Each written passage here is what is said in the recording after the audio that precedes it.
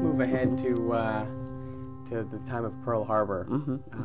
Where were you? What were you doing? Well, I'd just come home from church, and then we kept hearing, Pearl Harbor was bombed, Pearl Harbor was bombed. I had no idea where Pearl Harbor was. My geography was not that sophisticated. I had no idea, and my father said, oh, there's going to be trouble. And I said, well, how come, He said, well, Japan just bombed Pearl Harbor. And he says, we're at war with Japan. But I thought, why should it bother me? I'm American. And then he said, we are aliens. Then when I went back to school that following morning, December 8th, one of the teachers said, you people bombed Pearl Harbor. And I'm going, my people? All of a sudden, my Japanese-ness became very aware to me. I no longer felt I'm an equal American, that I felt kind of threatened and nervous about it. In fact, God, what's going to happen to us? We didn't think about being thrown into camps, certainly, but we are Japanese. We're not Japanese Americans. We're still a Japanese kind of thing. Although we dance, jitterbug, listen to swing music, we're still Japanese. And yet we couldn't relate to the Japanese in Japan, so there was really a conflict there. Who are we? Again, identity was a big one for me. My father-in-law, my husband's father, was taken the day after the war started on December the 8th, because he was a farmer and he had knives to cut the cabbage and everything, and they took him in the very next day. His wife, who was a complete invalid, she had arthritis and she was in bed all the time. They had to hire a private ambulance because she could not sit in a train chair unless they wanted to put her into the LA County Hospital. And so I know that they hired a private ambulance to go.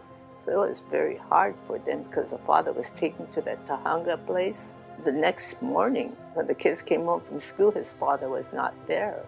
How about when you first, and I say Portland Assembly Centers, it was sort of like the stockyards, right? Yeah, they were called the stockyards. Yeah. I do remember the planks over this dirt floor on a rainy day. We could smell the earth. I didn't like that. I remember the cubicles, the long hallways, the wooden hallways. I was getting my typhoid shot, and because it was open ceiling, you could hear kids crying throughout the night and that kind of thing. You feel like it's not real because it can't be real, and yet you're going through it. So it's sort of an out-of-body experience. Yeah, I was going to say, it sounds like almost like an out-of-body experience for you. And then Miss Munsell did come to visit me, and she brought a letter from the kids, my classmates. I'm sure she thought she would be able to come inside and visit with me, but she couldn't. We stood there near the gate. We visited with barbed wire between us. And so when she left, I really knew, okay, I am in prison. What did you know about where you were going when you left? No, we did not know at all. We went on this train. They gave us sandwiches and milk that was rotten. You know how hot it was in San Bernardino? Now I know that that's the train we took through San Bernardino to Parker, Arizona. From there we took a bus, and it was just horribly dusty and hot. But when we got there, we were given blocks to go to, and we had to fill our mattresses with straw. Luckily, I had some friends there, some boys, and they filled my mattress up with straw for me. And my mother had horrible hay fever. We all had allergies. It was kind of rough at the beginning. My grandmother had died already, so 5 of us was enough for one whole room. Now, if we had under 5, we'd have to have 2 people in one room, put a sheet in between.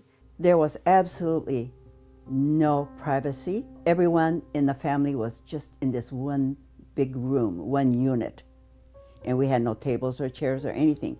My dad went out and scrounged around for scrap lumber, and he made a bench, crude, but it was a bench. And of course, all our toiletries, we just put it between the 2x4s, which was showing there was no insulation, no inside wall or anything. It's just one wall with all this 2x4 showing. So we just put everything on the ledge because there was no closet or anything, just one room. And then, of course, house cleaning was easy. When you had the dust storm and everything, you know, you just put whatever's on the floor on the bed and just run the hose through it, and it all goes down to the sand again.